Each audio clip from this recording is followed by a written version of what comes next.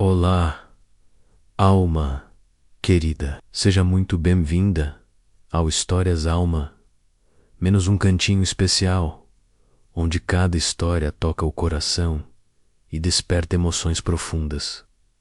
Se você ama narrativas cheias de sentimento, reviravoltas e alma, este canal é para você. Se inscreva no canal, ative o sininho e venha viver essas histórias comigo com todo o amor. Isabel Reis chegou à mansão Vidal numa manhã cinzenta e silenciosa, carregando uma bolsa de lona desgastada e uma modesta carta de recomendação da agência de limpeza. Não esperava mais do que um trabalho: permanecer invisível e receber o pagamento em dia. O portão alto de ferro forjado se abriu devagar, rangendo como se estivesse em dúvida se deveria mesmo deixá-la entrar. Além dele, um caminho de pedras serpenteava por entre sebes bem cuidadas e roseiras sem vida. Tudo era impecável, e ainda assim algo parecia murchar por dentro. O porteiro mal levantou os olhos. Entrada dos fundos. Você é a Raiz, certo? A senhora Luca, chefe da caça. Esta te esperando. A porta de serviço se abriu antes mesmo que Isabel pudesse bater. Uma mulher mais velha, de expressão dura, a examinou dos pés à cabeça com olhos afiados e indecifráveis. Não está atrasada. Ótimo. Pontualidade é a regra número 1 aqui. Isabela assentiu. Entendido. E a regra mais importante menos acrescentou. Lucia, enquanto atravessava um corredor mergulhado em silêncio espesso, é evitar qualquer contato com o jovem mestre, a não ser que seja absolutamente necessário. Isabel hesitou. Já ouvira sussurros sobre a criança. Só sussurros. Ninguém nunca falava com detalhes, apenas que ele não pronunciava uma palavra havia 3 anos, desde que a mãe falecera. Você está aqui para limpar. Nada mais. As palavras não vieram como ameaça, mas despertaram algo dentro dela. Uma sensação estranha, silenciosa, como se aquela casa precisasse de algo além de baldes e panos, como se precisasse ser consertada. Apertou a alça da bolsa. Era hora de começar.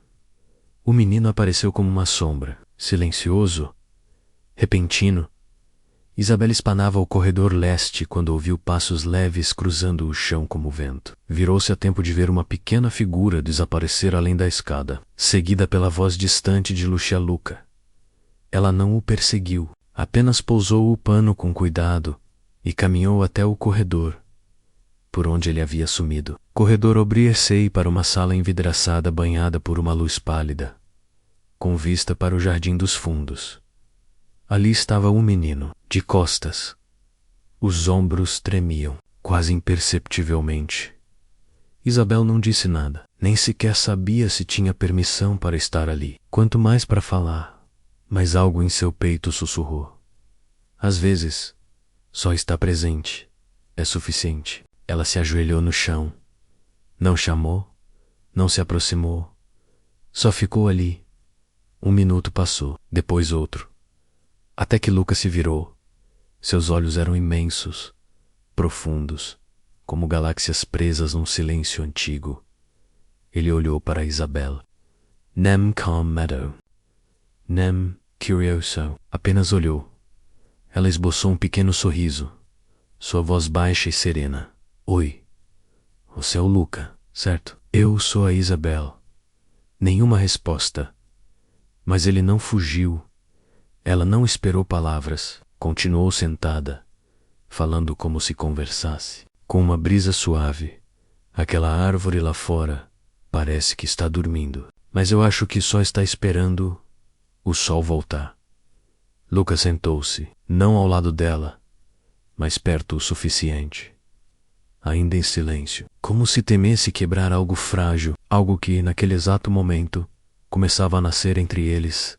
Alguns minutos se passaram assim, sem sons, apenas aquele tipo de silêncio que cura. Então, Lucia apareceu no final do corredor, a expressão dura, tensa. Senhorita Raiz menos chamou. Isabel se levantou devagar, o olhar ainda fixo em Luca. Antes de sair, disse baixinho, só alto o bastante para que ele ouvisse. Você não precisa dizer nada, Luca. Às vezes, só escutar já é o bastante. Os dias seguintes passaram em quietude, mas dentro desse silêncio, algo começou a mudar, como uma corrente subterrânea deslizando sob um lago calmo. Isabel nunca procurava por Luca, mas sempre que estava no corredor leste ou perto da varanda dos fundos, ele estava por ali, não muito perto, nunca longe demais, como um pássaro selvagem empoleirado num galho alto. Observando se ela representava perigo, ela seguia com suas tarefas como sempre, limpando janelas, esponando estontes, polindo as escadas de mármore, mas sempre com um leve murmúrio, uma canção suave, escapando de seus lábios. Não para chamar atenção, apenas porque aquilo lhe trazia paz. As melodias eram antigas, canções de ninar, sem palavras, fragmentos de infância que vinham à memória como ecos distantes. E Luca escutava, ela sabia que sim. Numa manhã, enquanto Isabela arrumava a biblioteca, ouviu passos suaves atrás de si. Não se virou, apenas disse com gentileza. As borboletas no jardim começaram a florescer. Vi uma amarela hoje cedo, pousada na lavanda. As asas dela pareciam feitas de luz do sol. Nenhuma resposta. Mas, ao olhar discretamente por sobre o ombro, viu Luca sentado no sofá, abraçado a um livro quase do tamanho dele. Não a olhava, mas estava ali, escutando. Daniel Vidal assistia tudo, do escritório, através dos monitores de segurança. As mesmas telas que antes só mostravam silêncio e vazio, agora piscavam com a presença tranquila de Isabel. Ele viu a mudança no filho, como os olhos de Luca já não pareciam tão perdidos, como sua postura se tornava menos tensa. Viu seu filho escutando e, pouco a pouco, ele próprio começou a escutar também. Pequenas mudanças surgiram, como brotos na primavera. Luca começou a comer melhor quando Isabela estava por perto. Deixava pequenos desenhos sobre as mesinhas. Um gato desajeitado, uma borboleta, um vaso com flores. Até que, certa manhã, ao terminar de limpar a cozinha, Isabela encontrou um carrinho de brinquedo deixado perto do banco onde costumava descansar após o almoço. Um agradecimento silencioso. Ninguém disse uma palavra, mas algo havia nascido. Um laço leve como o ar, e ainda assim, real o suficiente para despertar uma casa inteira adormecida pela dor.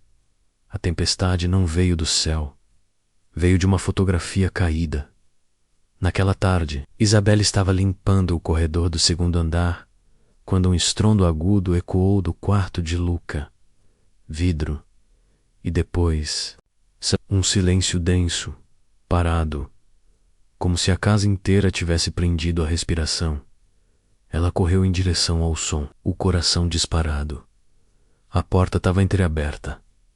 Lá dentro, um porta-retrato estilhaçado espalhava vidro como gelo. No chão, e no centro de tudo, estava Luca, encolhido, os punhos pressionados contra as têmporas, batendo a cabeça na parede como se tentasse calar algo que o despedaçava por dentro. Isabel ficou paralisada, Luca, sussurrou. Mas ele não a ouviu. Ela entrou devagar, com passos leves, como se aproximasse de um animal ferido. Ninguém a impediu. Ninguém sequer tentou. Lucia e outra empregada estavam imóveis na porta, horrorizadas. Daniel havia descido correndo as escadas, mas parou quando viu Isabel se agachar no chão, a poucos passos do menino. Ela não o tocou, não deu ordens, não tentou a calma. Lou com pressa falou com a mesma voz que Luca já conhecia. O mesmo tom com que ela falava sobre flores, borboletas e o sol. As borboletas no jardim estão quase prontas. Lembra das lagartinhas que vimos? Logo logo vão ter asas. Luca continuava batendo a cabeça menos mais devagar agora. Sabe, ela continuou, a voz soprando como vento. Sua mãe tinha um sorriso tão bonito. Seus olhos são iguais aos dela, principalmente quando você olha para as flores. O movimento cessou. Luca tremeu. Um fio de sangue escorria de um corte na testa. E então, como uma represa que se rompe, ele desabou nos braços dela, chorando, sem som, sem palavras. Isabel o segurou firme. Não disse nada. Não ofereceu explicações. Não demonstrou medo da dor, do sangue, da tristeza. Tudo se dissolveu em seu abraço. O único lugar do mundo que parecia seguro. Daniel estava atrás deles, os olhos ardendo, os punhos cerrados até os nós dos dedos empalidecerem a nós do terapeutas de ciência, de planos de tratamento. E então, uma mulher contratada apenas para limpar fizera o que ninguém havia conseguido, nos braços de Isabel. Luca, amaliço, ainda tremia, mas não se feria mais. E quando aquela pequena mão agarrou sua blusa, não havia dúvida. A tempestade havia passado. E alguém, enfim, se tornara abrigo. O café da manhã daquela manhã começou como todos os outros. Silencioso, rotineiro, um pouco contido. Mas Isabel já não ficava distante. Desde o ocorrido, Daniel pedira que ela se juntasse a eles. Parte de um novo ritmo, ele dissera. Ela hesitou, mas Luca havia puxado delicadamente sua mão, guiando-a até a cadeira ao lado dele. Sem palavras, apenas um olhar e um aceno. Sobre a mesa, as torradas estavam cortadas em formas divertidas. Ideia do Isabelle. Ninguém havia pedido. Uma fatia parecia uma lua crescente. Outra, uma estrela, igual àquela que vimos pela janela ontem à noite. Ela murmurou. Luca pegou a fatia em forma de lua. Seus dedos tremiam levemente. Daniel, em silêncio, dobrou o jornal. A sala ficou suspensa num silêncio tão denso que quase brilhava. Não era medo, era espera. Então, como um sonho libertado, de algum lugar muito fundo, Luca abriu a boca. Mamãe. A xícara escorregou das mãos de Isabel. Daniel e Lucia congelaram. Ninguém se mexeu. O menino olhava diretamente para Isabel. Os lábios tremiam. O olhar firme. Mamãe, repetiu. Dessa vez mais alto, mais claro, como se aquelas sílabas estivessem presas dentro dele havia anos, esperando para serem ditas. Isabel se levantou de repente, recuando, o coração batendo forte. Não, Luca. Ela engasgou, lançando um olhar desesperado para Daniel. Você não precisa me chamar assim. Eu sou só. Mas Luca já tinha descido da cadeira. Correu até ela. Seus braços pequenos a envolveram com força na cintura. Mamãe, sussurrou contra o tecido da blusa. De novo e de novo. A cada vez um pouco mais certo, um pouco mais doce, um pouco mais parecido com amor. Daniel se levantou, devagar. Seu rosto não mostrava surpresa. Era algo mais profundo. Reconhecimento. Ninguém disse mais nada. Não, era necessário. Uma única palavra. Tinha sido dita. Não por pressão, nem por estímulo menos, mas de um coração infantil que, enfim, encontrara um nome para o amor. A notícia se espalhou como fogo levado pelo vento. Menino Vidal, a criança que não falava há 3 anos, dissera uma palavra. Mamãe, e com ela, a corrente adormecida começou a se mover. Na manhã seguinte, Camila Vidal, irmã mais nova de Daniel, chegou sem aviso. Seus saltos batiam no mármore como sinos de alarme. A voz cortava o ar como vidro partido onde ela está. A mulher que convenceu meu sobrinho de que é a mãe dele. Isabelle estava no saguão arrumando flores. As mãos congelaram. As rosas tremiam. Daniel surgiu no alto da escada. O olhar frio como aço. Camila. É realmente necessário trazer tempestade logo cedo? Isso não é tempestade. Ela retrucou. Os olhos cravados em Isabelle. É clareza. Uma empregada. Daniel? Sério? Mas a resposta não veio dele. Veio do corredor, mamãe. Luca apareceu.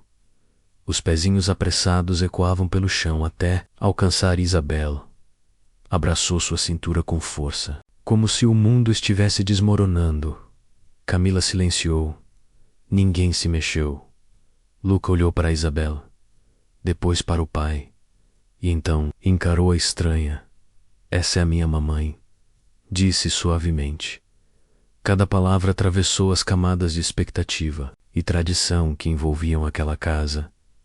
O silêncio que seguiu durou apenas um instante, mas foi o bastante para mudar o ar em todo o casarão. Camila baixou o olhar. Não disse mais nada. Não era preciso convencê-la. A voz recuperada de uma criança pesava mais que qualquer argumento. Daniel deu um passo à frente e ficou ao lado de Isabelle. Sua mão repousou com suavidade nas costas dela. Uma afirmação muda. Família menos, disse ele. A voz firme menos. Nem sempre é algo em que você nasce. Vezes é algo que você encontra. Luca olhou para os dois. Um sorriso se abriu. Não o sorriso de quem venceu, mas de quem finalmente havia encontrado seu lugar. A noite caiu suavemente sobre a mansão Vidal, como um cobertor fino cobrindo feridas ainda abertas. Isabelle estava sozinha no jardim dos fundos. Os arbustos de lavanda balançavam sob a luz pálida da lua. O vento soprava pelas mangas dela menos frio, afiado, mas ela não se moveu. Precisava do silêncio. Precisava respirar de novo, depois de dias travando batalhas mudas contra sentimentos que não sabia nomear. Passos se aproximaram por trás. Daniel não disse nada no início. Apenas colocou um casaco comprido sobre os ombros dela. Sua mão tocou suavemente suas costas menos calorosa, presente, de um jeito que ela não sabia o quanto precisava. Você vai pegar um resfriado.